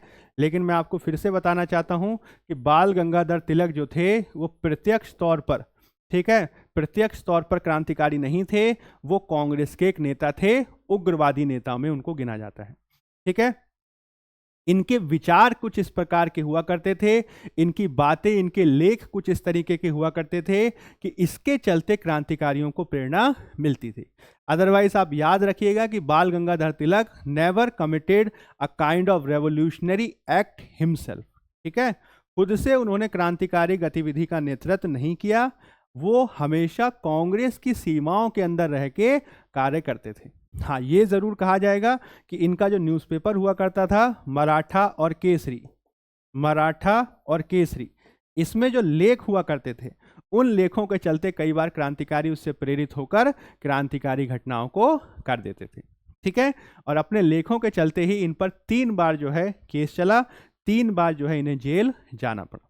ठीक है, तो जैसे सबसे पहले 1882 में, फिर उसके बाद जो है 1897 में, और फिर 1908 में, और 1908 में तो इन्हें 6 साल जेल में बिताना पड़ा था अपने लेखों के चलते। ठीक है, तो बाल गंगाधर तिलक नाम याद रखेंगे। He was not directly related with the revolutionaries in India, but his articles, but his, आप you can say his events, his festivals, his newspaper inspired the revolutionaries to act for themselves. ठीक है, उनके लेखों ने जो है प्रेरित किया कि क्रांतिकारी गतिविधियों को करा जाए। ठीक है, अब इसमें जो आगे डेवलपमेंट देखने को मिलता है वो 1890 के दशक में देखने को मिलता है। 1890 के दशक में, 1890 के दशक में जो सबसे पहला आप कह सकते हैं जो क्रांतिकारी संगठन का निर्माण हुआ, उसका नाम आपको याद रखना है, उसका नाम था व्यायाम मंडल। ठीक है, क्या नाम था? व्यायाम मंडल। ठीक है, नाम से ही समझ सकते हैं कि एक प्रकार का ये जो है अखाड़ा था, एक प्रकार का जिम्नेजियम था, जैसे आज होता है ना जिम, उस टाइप के जो है ये बनाए गए थे, और इसके माध्यम से कोशिश ये की गई थी कि युवाओं में जो है हष्ट पुष्टता, ठीक है, बॉडी बिल्डिंग और आप कह सकते हैं चपलता का विकास किया जा सके। हालांकि भीतर ही भीतर इसमें जो लोग शामिल होते थे उनको लेकर ऐसा था कि वो मिलकर अंग्रेजों के खिलाफ कार्रवाई करने की बात करते थे। ठीक है, याद रखिएगा। सबसे पहला जो पॉलिटिकल ऑर्गेनाइजेशन या आप कह सकते हैं रेवोल्यूशनरी ऑर्गेनाइजेशन बना है, क्रांतिकारी ऑर्गेनाइजेशन बना है, याद रखिएगा, उसका संगठन का नाम क्या है? व्यायाम मंडल। यह 1896-97 में बना था, 1896-97 में बना था। और इसी के जो सदस्य हुआ करते थे दो भाई, उनका नाम था चापेकर बंधु, ठीक है, चापेकर्स ब्रदर्स, ठीक है, दामोदर और बालकृष्ण, दामोदर, दामोदर और बालकृष्ण, ठीक है, दामोदर और बालकृष्ण, दामोदर चापेकर और बालकृष्ण चापेकर, दामोदर और बालकृष्ण चापेकर, दामोदर और बालकृष्ण, दो भाई थे, चापेकर बंधु उन्हें कहते हैं, चापेकर ब्रदर्स उन्हें कहा जाता है। तो महाराष्ट्र में शुरुआती उदाहरण कहाँ देखने को मिलता है? तो महाराष्ट्र में शुरुआती उदाहरण हमें देखने को मिलता है सबसे पहले तो वासुदेव बलवंत फड़के के एग्जाम्पल पे, जो रामोसी कृषक दल या फिर रामोसी विद्रोह का नेतृत्व किए। फिर उसके बाद जो है देखने को मिलता है बाल गंगाधर तिलक के लेखों में, हालांकि प्रत्यक्ष तौर पर जो है क्रांतिकारी नहीं थे। 1890 के दशक में क्रांतिकारी संगठनों का उभार हुआ, जिसमें सबसे पहला उदाहरण है Vyayam Mandal. It was an organization meant for the body building exercises, but ठीक है, but indirectly it was a revolutionary organization, the very first revolutionary organization in India, ठीक है, भारत में पहला प्रारंभिक प्रकार का रेवोल्यूशनरी ऑर्गेनाइजेशन था। इसी से जुड़े हुए दो भाई थे, चापेकर ब्रदर्स, दामोदर और बालकृष्ण, ठीक है, दामोदर और बालकृष्ण। हालांकि तीन भाई थे बट दो का नाम ज़्यादा याद रखना है, दामोदर और बालकृष्ण। इन्होंने किया क्या? तो इन्होंने 1897 में 1897 में जो उस समय का प्लेग कमिश्नर था, ठीक है, रैंड उसका नाम था, प्लेग कमिश्नर रैंड, इसकी इन्होंने हत्या कर दी थी। और इसके साथ एक और आदमी माना गया था, उसका नाम था आयस्ट। रैंड और आयस्ट की इन्होंने हत्या कर दी थी, बिकॉज उस समय महाराष्ट्र में जो है, ठीक है, प्लेग फैला हुआ था। और ये दोनों जो हुआ करते थे, स्पेशली जो रैंड हुआ करता था, ये तो खैर इसके साथ में था, ठीक, रैंड जो था वह जो है लोगों के घरों में घुस के क्या किया करता था? बदतमीजी किया करता था, महिलाओं के साथ बदसलूकी किया करता था।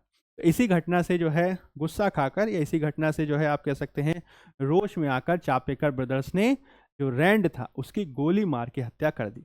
ये भी इसके साथ था तो बेचारा ये भी मर गया, ठीक है। तो रैंड और आयस्ट दोनों को जो है इन्होंने मार दिया। और बाद में रोलेट अधिनियम का नाम सुना होगा आपने, रोलेट एक्ट। तो रोलेट एक्ट ने जो है इसको पहली क्रांतिकारी घटना के रूप में कहा है।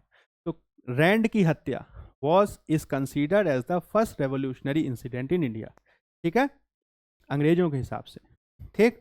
तो चापेकर बंधु का आप नाम याद रखेंगे। फिर उसके बाद इसमें कुछ और पर्सनैलिटी का नाम याद रख सकते हैं, जैसे कि इसमें इसके बाद महाराष्ट्र में जो सबसे इम्पॉर्टेंट व्यक्ति हैं, सबसे इम्पॉर्टेंट जो पर्सनैलिटी हैं, उनका नाम आप याद रखिएगा।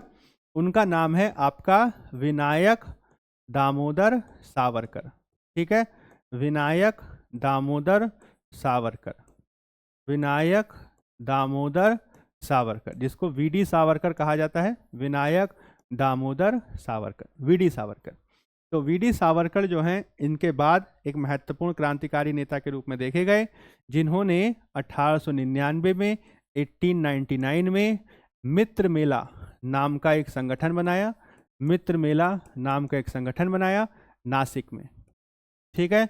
बाद में जो है ये चेंज हो गया नाम इसका 1904 में अभिनव भारत, 1904 में अभिनव भारत, ठीक। बाद में विनायक दामोदर सावरकर जो है वो इंग्लैंड चले जाते हैं, और इंग्लैंड में ही उन्होंने 1906 में अभिनव भारत सोसाइटी की स्थापना की, अभिनव भारत सोसाइटी, अभिनव भारत सोसाइटी, ठीक है। वहीं पे जो है आप याद रखिएगा। आप अभी आगे हम पढ़ेंगे, लंदन में जो है श्यामजी कृष्ण वर्मा करके एक पर्सनैलिटी हुआ करते थे, उन्होंने इंडियन स्टूडेंट्स के लिए एक हॉस्टल बनाया था जिसको इंडिया हाउस कहा जाता था। उसी इंडिया हाउस में रहते थे, और उसी इंडिया हाउस में रहते हुए इन्होंने, हाँ जी, मित्र मेला, उसी इंडिया हाउस में रहते हुए ही उन्होंने जब 1857 की क्रांति के 50 साल पूरे हुए तो 1907 में इसके उपलक्ष्य में उन्होंने एक पुस्तक लिखी थी, the Indian war of independence, जिसमें उन्होंने 1857 के विद्रोह को भारतीय प्रथम स्वतंत्रता संग्राम के रूप में घोषित किया था, ठीक है। तो ये बुक भी इनके द्वारा लिखी गई थी इंग्लैंड में, ठीक है। लेकिन उसी समय होता क्या है, उसी समय घटना ये घटती है कि 1909 के आसपास, 1909 के आसपास क्या घटना घटी? तो 1909 के आसपास ये घटना घटी कि अभिनव भारत या आप कह सकते हैं मित्र मेला, ये दोनों ऑर्गेनाइजेशन सेम है। ठीक, अभिनव भारत से जुड़े हुए एक व्यक्ति ने, उसका नाम था अनंत लक्ष्मण कन्हारे। अनंत लक्ष्मण कन्हारे।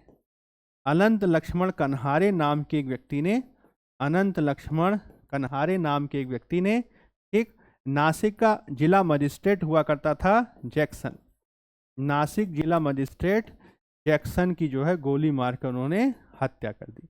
नासिक जिला मजिस्ट्रेट जैक्सन की इन्होंने गोली मारकर हत्या कर दी। ठीक है, तो इससे हुआ क्या? इससे हुआ ये कि जब इस बात की आप कह सकते हैं जांच की गई कि हु इज द पर्सन और who are the person related with that kind of, आप कह सकते हैं दिस काइंड ऑफ मर्डर और दिस काइंड ऑफ कॉन्स्पिरेसी, तब ये निकाला गया कि इसमें अभिनव भारत, मित्र मेला जैसे संगठनों का हाथ है। और इसके चलते विनायक दामोदर सावरकर को भी इसका दोषी पाया गया। विनायक दामोदर सावरकर को जो है इंग्लैंड से प्रत्यर्पित करवाया गया, उन्हें वहां से लाया गया और फिर जो है उन्हें जेल की सजा दी गई। बाद में उनको काला पानी भेज दिया जाता है। ठीक है, तो इस तरीके से कहानी है। मतलब महाराष्ट्र में क्या है, महाराष्ट्र में फिर मैं आपको बता देता हूँ, शुरुआती जो क्रांतिकारी हैं वासुदेव बलवंत फड़के हैं, जिनको भारतीय क्रांतिकारियों का पिता कहते हैं। इसमें कहानी शुरू हुई, बाद में बाल गंगाधर तिलक के लेखों से क्रांतिकारियों को प्रेरणा मिली। 1890 के दशक में व्यायाम मंडल का गठन हुआ। उनके दो व्यक्ति चापेकर ब्रदर्स, ठीक है, दामोदर और बालकृष्ण ने जो आपका प्लेग कमिश्नर रैंड था उसकी हत्या कर दी। बाद में उनको पकड़ के फांसी दे दी जाती है। फिर 1899 में विनायक दामोदर सावरकर के द्वारा मित्र मेला ऑर्गेनाइजेशन की स्थापना की जाती है। वही आगे चलकर अभिनव भारत में बदल जाता है। जो आपके सावरकर हैं वो बाद में इंग्लैंड जाते हैं, अभिनव भारत सोसाइटी की स्थापना करते हैं। इसी से संबंधित एक व्यक्ति अनंत लक्ष्मण कन्हारे जो हैं वो जैक्सन की जो जिला मजिस्ट्रेट था उसकी हत्या कर देता है, जिसका दोषी विनायक दामोदर सावरकर को ही माना जाता है। उनको इंग्लैंड से उठा के लाया जाता है और जेल की सजा दी जाती है। ठीक है, तो इस तरीके से महाराष्ट्र की कहानी है। आगे फिर दोबारा से आएगी। ठीक है, पहले चरण में इतनी ही घटनाएं आपको याद रखनी है। ठीक, अब अगर आपसे कोई पूछे कि अच्छा ये बताइए कि बंगाल में या कलकत्ता में हम इसका एग्जाम्पल कैसा पाते हैं, what are the different kinds of example in Bengal, तो बंगाल में आप याद रखिएगा कि बंगाल में जो सबसे महत्वपूर्ण संगठन है, ठीक है, सबसे महत्वपूर्ण ऑर्गेनाइजेशन है, उसमें आप याद रखिएगा उसकी स्थापना 1902 में हुई थी और इसका नाम है अनुशीलन समिति। क्या नाम है? अनुशीलन समिति। अनुशीलन समिति भी जो है वह शुरुआत में एक तरीके के अखाड़े के तौर पे या एक तरीके के जिम के तौर पे शुरू हुई थी, लेकिन धीरे धीरे ये एक जो है कॉन्स्पिरेसी या आप कह सकते हैं रेवोल्यूशनरी संगठन में बदल गई, अनुशीलन समिति। ठीक है, इसके अलग अलग ब्रांचेस थी, जैसे कि मिदनापुर में जो इसकी स्थापना हुई थी, मिदनापुर में जो इसकी स्थापना हुई थी उसमें आप याद रखेंगे उसमें जो प्रथम इम्पॉर्टेंट पर्सनैलिटी थे उनका नाम था ज्ञानेंद्र नाथ बसु। ज्ञानेंद्र नाथ बसु। ठीक, जो कलकत्ता में इसकी स्थापना जब हुई तो इसमें प्रमुख व्यक्ति थे प्रमथ। ठीक है, आप नाम याद रखिएगा, प्रमथ मित्र, प्रमथ मित्र, प्रमथ मित्र। ठीक है, प्रमथ मित्र। और जो सबसे ज़्यादा महत्वपूर्ण पर्सनैलिटी थे उसमें आप याद रखिएगा उसका नाम था बारिंद्र, बारिंद्र घोष या बारिन उन्हें कहते हैं, और भूपेंद्र नाथ दत्त, भूपेंद्र नाथ दत्त। ठीक है, बारिन और भूपेन। ठीक है, यही दोनों बाद में जो है 1906 में, बारिन और भूपेन ये दोनों जो हैं 1906 में 1906 में एक पत्रिका निकालेंगे जो बाद में ऑर्गेनाइजेशन बन जाएगा, उसका नाम था युगांतर। ठीक है, तो आप इंपॉर्टेंट बात याद रखिएगा, this is a very important fact for your exams, कि अनुशीलन समिति और युगांतर आपस में जुड़े हुए थे, बोथ हैव अ कनेक्शन। ठीक है, इसमें अनुशीलन समिति जो है प्रेमनाथ ढींगरा, हाँ बहुत सारे लोग थे। तो अनुशीलन समिति जो है 1902 में स्थापित हुई मिदनापुर में। इसमें संबंधित व्यक्तित्व हैं ज्ञानेंद्र नाथ बसु, इसके अलावा जो है और भी बहुत सारे वो थे, जतीन्द्र नाथ बनर्जी, जतीन्द्र नाथ बनर्जी और भी बहुत सारे ठीक, तो जतीन्द्र नाथ बनर्जी। इसके अलावा प्रमथ मित्र। कलकत्ता में से संबंधित व्यक्ति हैं बारिंद कुमार घोष और भूपेन्द्र नाथ दत्त। बाद में इनके द्वारा एक पत्रिका निकाली जाएगी 1906 में, जो युगांतर के नाम से जानी गई, और यही बाद में युगांतर ऑर्गेनाइजेशन बन गया। ठीक है, अब याद रखेंगे इन्होंने जो है बारीसाल में 1906 में, बारीसाल में 1906 में इन्होंने अपना एक सम्मेलन आयोजित किया था, जिसमें इन्होंने भारतीयों से ये आग्रह किया या भारतीयों को इस बात के लिए प्रेरित किया कि हम भारतीयों की संख्या उस समय 30 करोड़ है, हम भारतीयों की संख्या उस समय 30 करोड़ है, और यदि हम 30 करोड़ भारतीय अपने दोनों हाथ उठा लें तो 60 करोड़ हो जाएंगे, और तब अंग्रेज हमारा कुछ नहीं बिगाड़ सकता। तो एक तरीके से इन्होंने बारीसाल सम्मेलन में भारतीयों से ये आग्रह किया या भारतीयों को इस बात के लिए प्रेरित किया कि आपको अंग्रेजों के खिलाफ विद्रोह करना चाहिए। ठीक है, उसके बाद इन्होंने क्या किया, तो इसके बाद इन्होंने विविध प्रकार की क्रांतिकारी घटनाओं का नेतृत्व करने का फैसला किया, जिसमें आप याद रख सकते हैं, कि सबसे पहले तो इन्होंने 1907 में 1907 में जो बंगाल का लेफ्टिनेंट गवर्नर था, बंगाल का जो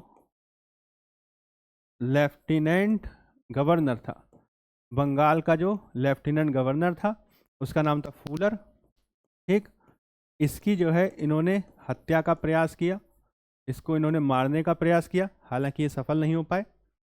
जो सबसे बड़ी जो घटना देखने को मिलती है 1908 में देखने को मिलती है, जिसमें इन्हीं से संबंधित जो ऑर्गेनाइजेशन थी उससे संबंधित दो व्यक्ति थे, जिनका नाम था प्रफुल्ल चाकी और आपका खुदीराम बोस। प्रफुल्ल चाकी और आपका खुदीराम बोस, इनको जो है एक आप याद रख सकते हैं, मुजफ्फरपुर जो आपका बिहार में है, मुजफ्फरपुर के जज, मुजफ्फरपुर के जज, ठीक है, डगलस किंग्सफोर्ड, इसकी हत्या का जो है इन्होंने, आप कह सकते हैं इनकी जिम्मेदारी इनको दी गई थी कि आपको इनकी हत्या करनी है। ठीक है, तो ये बंगाल से आए थे और ये मुजफ्फरपुर के स्टेशन पे आए। बाद में इन्होंने रेकी करी डगलस किंगफोर्ड की कि कहाँ जाता है, कैसे जाता है, क्या क्या करता है, और फिर उसके बाद जब ये रात में अपनी बग्घी से जा रहा था तब इन्होंने इनकी बग्घी पे बम फेंक के इसको मारने की कोशिश की। लेकिन किंग्सफोर्ड की किस्मत आप कह सकते हैं वह बच गया, क्योंकि वह जो है थोड़ा लेट हो गया था, उसकी बग्घी थोड़ी पीछे रह गई थी। दो महिलाएं उसमें बैठी हुई थी, वो बेचारी मर गई। इस बात का इन्हें मालूम नहीं था कि किसकी हत्या हुई, किसकी हत्या नहीं हुई है। ये दोनों जो हैं प्रफुल्ल चाकी और खुदीराम बोस बम फेंकने के बाद भाग गए। ठीक है, भागने के बाद ये जब सुबह इन्हें इस बात की खबर मिली कि किंग्सफोर्ड जो है मरा नहीं है, तो प्रफुल्ल चाकी तो आप कह सकते हैं थोड़ा सा हेजिटेट कर गया, वो जो है आप कह सकते हैं थोड़ा सा दबाव में आ गया। बाद में जो है उसका राज खुल गया कि वास्तव में यही एक क्रांतिकारी है जिसने किंग्सफोर्ड की हत्या का प्रयास किया था। बाद में जो है पुलिस जब इसको पकड़ने का प्रयास करती है तो ये भाग जाता है, और भागने के बाद ये अपने आप को एक कमरे में बंद कर लेता है, मतलब टॉयलेट था, वॉशरूम था, और वहाँ पे जो है अपने आप को गोली मार के अपनी आत्महत्या कर लेता है। जो आपके ये थे हमारे खुदीराम बोस, ठीक है, ये बंगाल के व्यक्ति थे, बंगाल की पर्सनैलिटी थे, और ये भी जो है डगलस किंग्सफोर्ड की हत्या में संलग्न थे। इन्होंने जो है उसकी बग्घी पे बम भी मारा था। लेकिन जब इन्हें इस बात की सूचना मिली कि वास्तव में किंग्सफोर्ड नहीं मरा तो इन्हें इस बात का बड़ा दुख हुआ। हालांकि बाद में जब ये ट्रेन से सफ़र कर रहे थे तो एक पुलिस वाले को इनके ऊपर शक हो गया।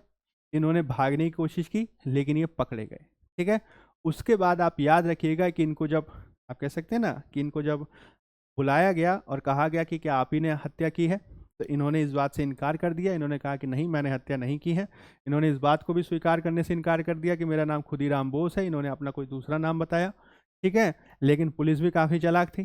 पुलिस ने क्या किया, तो वास्तव में हुआ क्या था कि ये जो है जब जा रहे थे तो मुजफ्फरपुर में इन्होंने अपने कपड़े वपड़े चेंज किए थे, अपने आप को जो है अंग्रेजी टाइप के कपड़े पहने थे, कोट वोट पहने, बूट वूट पहने और गए।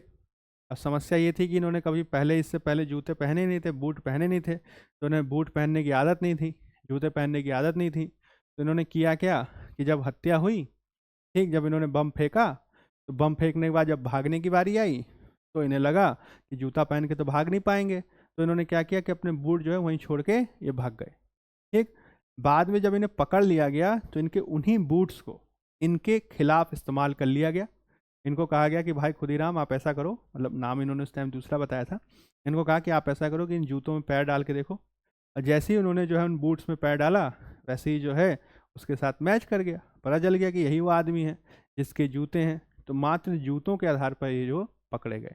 ठीक है, बाद में केस चलता है, बाद में एक साबित करने की कोशिश करते हैं कि I was not the person who bomb that carriage, लेकिन साबित नहीं हो पाता है और बाद में जो है इनको फांसी की सज़ा दे दी जाती है।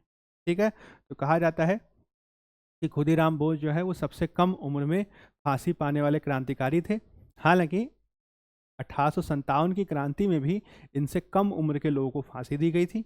ठीक है, लेकिन हाँ कहा जा सकता है कि क्रांतिकारी आंदोलन के दौरान जरूर खुदीराम बोस सबसे कम उम्र में फांसी प्राप्त करने वाले व्यक्तियों में से एक थे। He was one of the person who was hanged at a very early age. ठीक है, तो याद रख सकते हैं।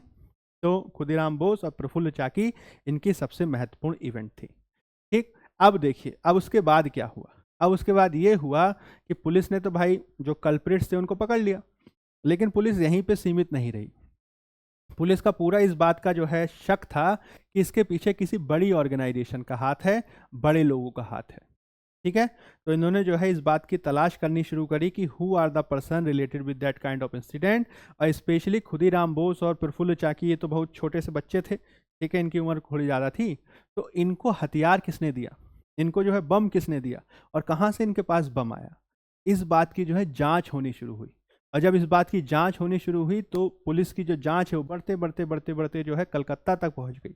और कलकत्ता में मानिक तल्ला, ठीक है, मानिक तल्ला करके एक जगह थी, वहां पे अरविंद घोष का जो घर हुआ करता था, वहां पे जो है इनको बम बनाने की फैक्ट्री मिली, जहां पे जो है बम बनाया जा रहा था। आपको याद रखना है, मैं आपको फिर से बता देता हूं कि जो दो व्यक्तियों के बारे में मैंने आपको बताया, इसमें बारिंद्र घोष ये अरविंद घोष के छोटे भाई थे। ठीक है, बारिंद्र घोष जो थे वो अरविंद घोष के छोटे भाई थे। इसके अलावा आप याद रखिएगा जो भूपेंद्र नाथ दत्त हैं, ये स्वामी विवेकानंद नरेंद्र नाथ दत्त के छोटे भाई थे। ठीक है, तो इन दोनों छोटे भाइयों ने मिलकर जो है युगांतर पत्रिका या युगांतर ऑर्गेनाइजेशन बनाया था। और जब बाद में पता चला यही अनुशीलन समिति युगांतर गुट शामिल है किंग्सफोर्ड की हत्या के प्रयास में, तब पूरा का पूरा पुलिस महकमा, पूरी की पूरी अंग्रेजी सरकार लग गई कि चलो इनको निपटाते हैं। और इनके खिलाफ केस चला जिसे अलीपुर षड्यंत्र केस कहते हैं। ठीक है, इसे कहा जाता है अलीपुर षड्यंत्र केस, अलीपुर षड्यंत्र केस, या फिर इसे कहते हैं मानिक तल्ला कॉन्स्पिरेसी केस। अलीपुर षड्यंत्र केस या इसे कहते हैं मानिक तल्ला कॉन्स्पिरेसी केस। अलीपुर षड्यंत्र केस या इसे मानिक तल्ला कॉन्स्पिरेसी केस कहते हैं। ठीक है, और चूंकि अरविंद घोष का घर हुआ करता था, दोनों भाई साथ ही रहते थे, तो पुलिस ने पूरी कोशिश करी कि हम इस पूरे मामले में अरविंद घोष को भी फंसाएंगे। और इस बात के पूरे चांसेस थे कि अगर उनके खिलाफ सबूत मिल जाते तो Aurobindo Ghosh was is to be hanged. ठीक है, उनको मृत्युदंड की सजा होती, अंग्रेज जो है सीधा फांसी पे लटकाता। लेकिन उनकी किस्मत अच्छी थी, या यूं कहें डायरेक्ट, चूंकि वो इन्वॉल्व नहीं थे और वह जो है जब ये प्लान वगैरह बन रहे थे तब इन्हें इसकी जानकारी नहीं थी, इनके छोटे भाई ने किया था जो भी कुछ किया हो। तो षड्यंत्र के में जब इनका नाम आ गया तब उसके बाद क्या हुआ कि ये जो है अपना जेल में चले गए। और चित्तरंजन दास जो बाद में कांग्रेस के बड़े नेता बने, CR दास जिनको बोलते हैं, चित्तरंजन दास ने इनके केस की पैरवी की। ठीक है, और चित्तरंजन दास के पैरवी करने के चलते इस बात को साबित करने की कोशिश की गई कि वास्तव में अरविंद घोष इसमें डायरेक्टली इन्वॉल्व नहीं थे। ठीक है, इनके घर में कॉन्स्पिरेसी हुई but he was not aware of the whole incident. ठीक है, तो बाद में जो है ये बच गए। ठीक है, इनके खिलाफ चार्जेस साबित नहीं हो पाए। इसका एक कारण ये भी था कि यह क्या था, क्रांतिकारी संगठन के लोगों ने, कि उन्होंने ये किया था कि जो भी इस केस से जुड़े हुए लोग थे सबको एक एक करके उन्होंने मारना शुरू कर दिया। ठीक है, जैसे कि एक नरेन गोसाई करके एक अप्रूवर हुआ करता था, सरकारी गवाह वो बन गया था, तो उसकी हत्या करवा दी गई। ठीक, इसी तरीके से इस केस से जुड़ा हुआ जो सरकारी वकील था उसकी हत्या करवा दी गई। इस केस से जुड़ा हुआ जो पुलिस अधीक्षक था शमशुल आलम, उसकी हत्या करवा दी गई। तो इससे जुड़े जितने भी सरकारी गवाह हैं, जितने भी सरकारी अधिकारी हैं, उन सब को जो है मरवा दिया गया, जिससे हुआ ये कि बहुत सारे क्रांतिकारी जो हैं वो फांसी पे चढ़ने से बच गए। और ये सारी घटनाओं को अंजाम देने वाले व्यक्तियों में आप याद रखेंगे, जिनका नाम आता है उनका नाम था जतीन्द्र नाथ मुखर्जी। ठीक है, जतीन्द्र नाथ मुखर्जी, इनको बाघा जतिन भी कहते हैं, जतीन्द्र नाथ मुखर्जी, या इनको बाघा जतिन भी कहा जाता है। ठीक है, ये कौन व्यक्ति थे? तो ये बंगाल की एक पर्सनैलिटी थे।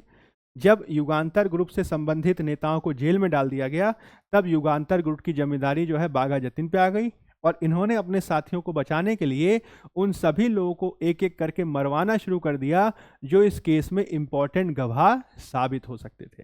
तो सबसे पहले इन्होंने नरेन गोसाई नाम के आदमी को मरवाया, जो था अप्रूवर बन गया था, सरकारी गवाह बन गया था, और वो अरविंद घोष के खिलाफ जो है आप कह सकते हैं गवाही दे सकता था। फिर उसके बाद जो है इन्होंने एक दूसरे पर्सनैलिटी जो है, मान लीजिए जो उस गवाह के, जो उस पूरे केस के सरकारी वकील थे, उसकी हत्या करवाई। इस पूरे केस को, अलीपुर षड्यंत्र केस को जिसने पूरा हैच किया था, मतलब जिसने बनाया था, शमशुल आलम, उसकी हत्या करवा दी गई। और इसी के चलते बाद में जतीन्द्र नाथ मुखर्जी पर केस भी चला कि आपने जो है सबको मरवाया, उसे हावड़ा कॉन्स्पिरेसी केस कहते हैं, लेकिन इसके ऊपर आरोप साबित नहीं हो पाए। ठीक है, आगे भी आप याद रखिएगा कि जब फर्स्ट वर्ल्ड वॉर हुआ, तब फर्स्ट वर्ल्ड वॉर के समय बाघा जतिन ने, जो नाम अभी आपको थोड़ी देर पहले आपने बताया था, रास बिहारी घोष के साथ मिलके, रास बिहारी बोस के साथ मिलके जो है इन्होंने एक कॉन्स्पिरेसी रची, उसे इंडो जर्मन कॉन्स्पिरेसी या जिमरमैन प्लान कहते हैं। इसमें कोशिश की गई थी कि हम जर्मन से हथियार लेकर या विदेश से हथियार लेकर अंग्रेजी शासन के खिलाफ विद्रोह का नेतृत्व करेंगे। हालांकि ये प्लान लीक हो जाता है बाद में, जब ये कंसाइनमेंट हथियारों के आने का इंतजार कर रहे थे, तब जो है इनको बालासोर में चारों तरफ से घेर लिया जाता है और पुलिस की कार्रवाई में इनकी बलिदान हो जाता है, शहादत हो जाती है। ठीक है, तो इस तरीके से जो है बेचारे बाद में जो है शहीद हो जाते हैं। लेकिन बंगाल के जो आप कह सकते हैं बंगाल के जो क्रांतिकारी हैं, उसमें सबसे महत्वपूर्ण कौन है? तो याद रखिएगा, उसमें सबसे महत्वपूर्ण है आपका अनुशीलन समिति, और इससे रिलेटेड जो सबसे इंपॉर्टेंट गुट है वो है आपका युगांतर या युगांतर गुट। सबसे इंपॉर्टेंट घटना कौन सी है? तो सबसे इंपॉर्टेंट घटना है खुदीराम बोस के द्वारा मुजफ्फरपुर के जज डगलस किंगफोर्ड की हत्या का प्रयास। इसके विरोध में या इसके खिलाफ जो कॉन्स्पिरेसी चली उसको अलीपुर षड्यंत्र केस कहते हैं, जिसमें अरविंद घोष को भी एक आरोपी बनाया गया था। हालांकि अपनी किस्मत के चलते आप कह सकते हैं कि चितरंजन दास के द्वारा बेहतर तरीके से, आपको याद रखना है, अच्छी तरीके से केस प्रेजेंट किए जाने के चलते बाद में जो है उनको बरी कर दिया जाता है। हालांकि बाद में कहा जाता है कि अरविंद घोष ने इस बात की घोषणा की कि मुझे जेल में ही जो है भगवान श्री कृष्ण के दर्शन हुए हैं, और भगवान श्री कृष्ण ने मुझसे कहा कि अब ये सब चीज़ें छोड़ दो, ठीक है, अब संन्यास ले लो। तो बाद में महर्षि अरविंदो जो हैं अपना राजनीति छोड़ के अपना औरोविले चले जाते हैं, अपना जो है पौंडीचेरी चले जाते हैं, और वहीं पर बाद में वो साधु संन्यास बन जाते हैं। ठीक है, बाद में अरविंदो घोष जो है राजनीति से ही संन्यास ले लेंगे।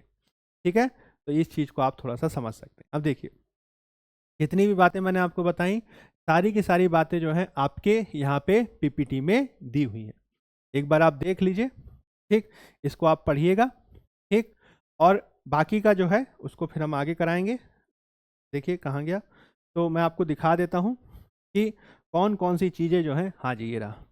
तो देखिए, क्रांतिकारी आंदोलन के प्रथम चरण, इसमें ये टॉपिक्स हम पहले कर चुके हैं।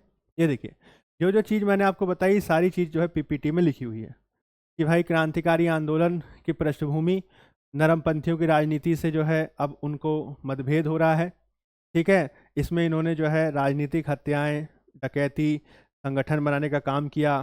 ठीक, अंग्रेजों के खिलाफ विद्रोह करने की आह्वान को किया। ठीक है, ये मैंने आपको पहले बता दिया, ये भी बता दिया, ये भी बता दिया, ये भी बता दिया, ये भी बता दिया, ये भी बता दिया। हाँ, फिर इसके कारण मैंने आपको बता दिए। ठीक है, कि मोहभंग हो गया था, आर्थिक कारक था, आर्थिक शोषण था, एक अंतर्राष्ट्रीय कारक था। ठीक है, अकाल की भूमिका थी, ये तुरंत परिणाम चाहते थे और हिंसक गतिविधियों पे भी जो है काम करने को तैयार थे। ठीक है, ये सब बात मैं आपको बता चुका हूँ। ये सब याद कर लेना आपको। ये देखिए कारण दिया हुआ है यहाँ पे, ठीक है, आसानी से याद कर सकते हैं कि राष्ट्रवादी नेता असफल हो गए थे क्रांतिकारी नेताओं के नज़र में। इनका जो है मोहभंग हो चुका था, ये तुरंत रिजल्ट चाहते थे, ठीक है, ये चाहते थे कि हमें तुरंत रिजल्ट मिले, हमें जो है बेहतर तरीके से आगे बढ़ना है, और इनमें अतिशीघ्र प्रकार का परिणाम पाने की आकांक्षा थी।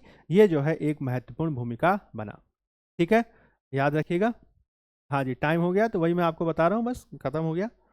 फिर इसके कार्यक्रम, इन्होंने हत्या का प्रयास किया, ठीक, हिंसात्मक गतिविधि करी, ठीक है, इसके चरण मैंने आपको बता दिए। फिर उसके बाद महाराष्ट्र का बताया, महाराष्ट्र में हुआ वासुदेव बलवंत फड़के, फिर तिलक के बारे में बताया, ठीक है, पूरा तिलक की कहानी लिखी है। चापेकर बंधुओं के बारे में, पूना के प्लेग कमिश्नर व्यायाम मंडल की भूमिका, बाद में इनको फांसी दे दी जाती है, ठीक। फिर तिलक के बारे में दिया हुआ है, फिर मित्र मेला है, ठीक है, सावरकर ब्रदर्स हैं, फिर अभिनव भारत है, सावरकर की भूमिका है, ठीक है, ये सब आप याद रख सकते हैं। नासिक कॉन्स्पिरेसी केस है, ये सारी चीज़ मैंने आपको बताई, ठीक। फिर बंगाल के बारे में बताया, अनुशीलन समिति से रिलेटेड पर्सनैलिटी, ठीक है, बंगाल विभाजन का विरोध कर रहे हैं। फिर अनुशीलन समिति है, इन्होंने फूलर की हत्या, और फिर उसके बाद यहाँ पे याद रखेंगे अलीपुर कॉन्स्पिरेसी केस, ये सारा चीज़ मैंने आपको बता दिया, याद रखिएगा। ये सारी चीज़ हम कर चुके हैं, इसको पूरा आप एक बार पढ़िएगा, ठीक है। ये फिर हम जो है इसके आगे कर लेंगे कल को, ठीक है। तो हमने आपको क्रांतिकारी आंदोलन के पहले चरण में जो जो इम्पोर्टेंट बातें बताई हैं, उस पीपीटी को आप एक बार ज़रूर पढ़िएगा, ठीक है। जो बाकी चीज़ें बाकी हैं वो हम या तो क्लास में, या फिर कल टाइम मिलेगा तो कल हम ऑनलाइन भी लाइव क्लास में करवा देंगे, और इससे रिलेटेड क्वेश्चंस भी हम आपके साथ डिस्कस करेंगे, ताकि ज़्यादा से ज़्यादा चीज़ें आप कर सकें। अब मेरा आपसे बस ये कहना है कि आपको ऐसी कोई चीज़ है, आपको ऐसी कोई, आप कह सकते हैं क्वेश्चन है, ऐसा कोई कह सकते हैं क्वेरी है जो आप पूछना चाहते हैं, तो आप पूछ सकते हैं। बताइए, इसमें से कोई ऐसी बात है जो आपको समझ में नहीं आई हो, जल्दी बताइए। कोई ऐसी चीज़ है जो आपको समझ में नहीं आई हो, किसी बात को लेकर आपको कन्फ्यूजन है, किसी तरीके का कोई कन्फ्यूजन है, किसी तरीके का कोई क्वेश्चन आप पूछना चाहते हैं, तो आप पूछ सकते हैं, बताइए। हाँ जी, अंजू देवी जी, टाइम हो गया। इंडियन क्लास, श्रेया, भानु, करण, सोहन, अंकित, बताइए, कोई क्वेश्चन पूछना चाहते हैं, किसी प्रकार का कोई जो है क्वेरी है? हाँ जी, बताइए। ठीक है, हाँ जी, बताइए, कोई क्वेश्चन पूछना चाहते हैं?